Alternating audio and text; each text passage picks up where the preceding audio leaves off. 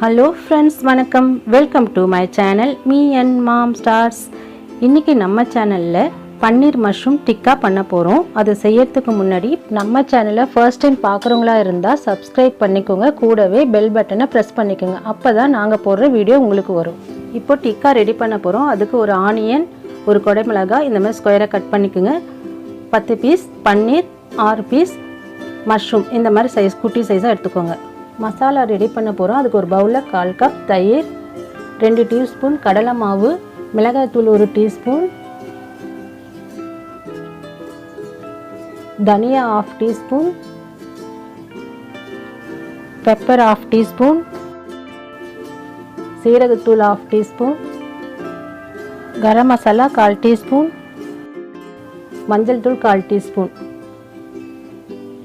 கூடவே இஞ்சி பூண்டு paste 1 teaspoon, soya sauce 1/2 teaspoon ஊற்றிருக்கேன், 1/2 டீஸ்பூன் சால்ட்டு, 1 டீஸ்பூன் ஆயில். இந்த ஸ்பைசஸ்லாம் நல்லா ஒன்று சேர்ற மாதிரி மிக்ஸ் பண்ணுங்க.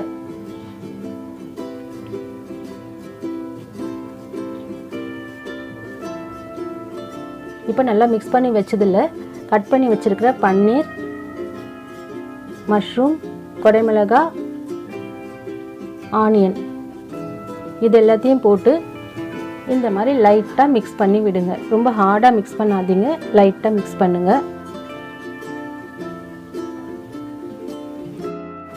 வெஜிடபிள்ஸ்லாம் இந்த மாதிரி மசாலா கூட நல்லா கோட்டாக இருக்குது. நான் டிக்கா பண்ணுறதுக்கு 5 ஸ்கியூவர் எடுத்திருக்கேன். நான் அசம்பிள் பண்ணுற மாதிரி நீங்கள் 5 செட்டையும் ரெடி பண்ணி வச்சுருங்க.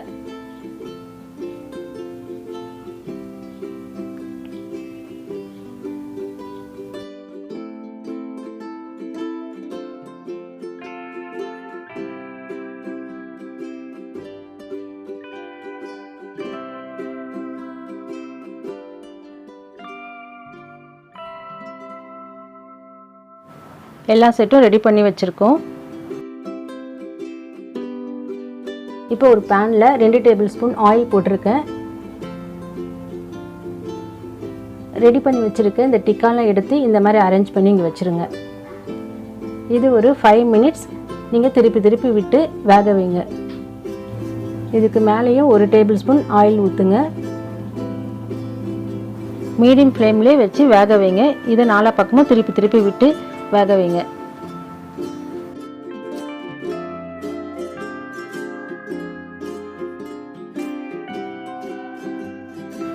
5 மினிட்ஸ்க்கு அப்புறம் இந்த டிக்கெல்லாம் நல்லா ரெடியாக இருக்குது. இந்த ஸ்டேஜில் நான் கேஸ் ஸ்டவ்வில் ஒரு கிரில் வச்சுருக்கேன்.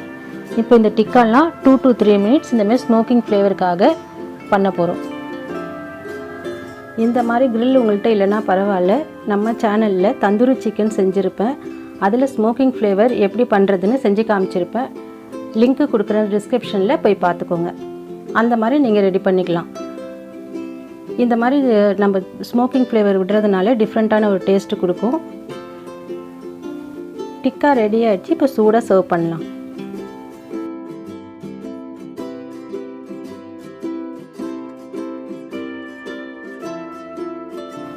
நீங்களும் இந்த டிக்காவை கண்டிப்பாக ட்ரை பண்ணி பாருங்கள். இந்த வீடியோ பிடிச்சிருக்குன்னு நினைக்கிறேன். பிடிச்சிருந்தா லைக் பண்ணுங்கள், ஷேர் பண்ணுங்கள், கமெண்ட் பண்ணுங்கள்.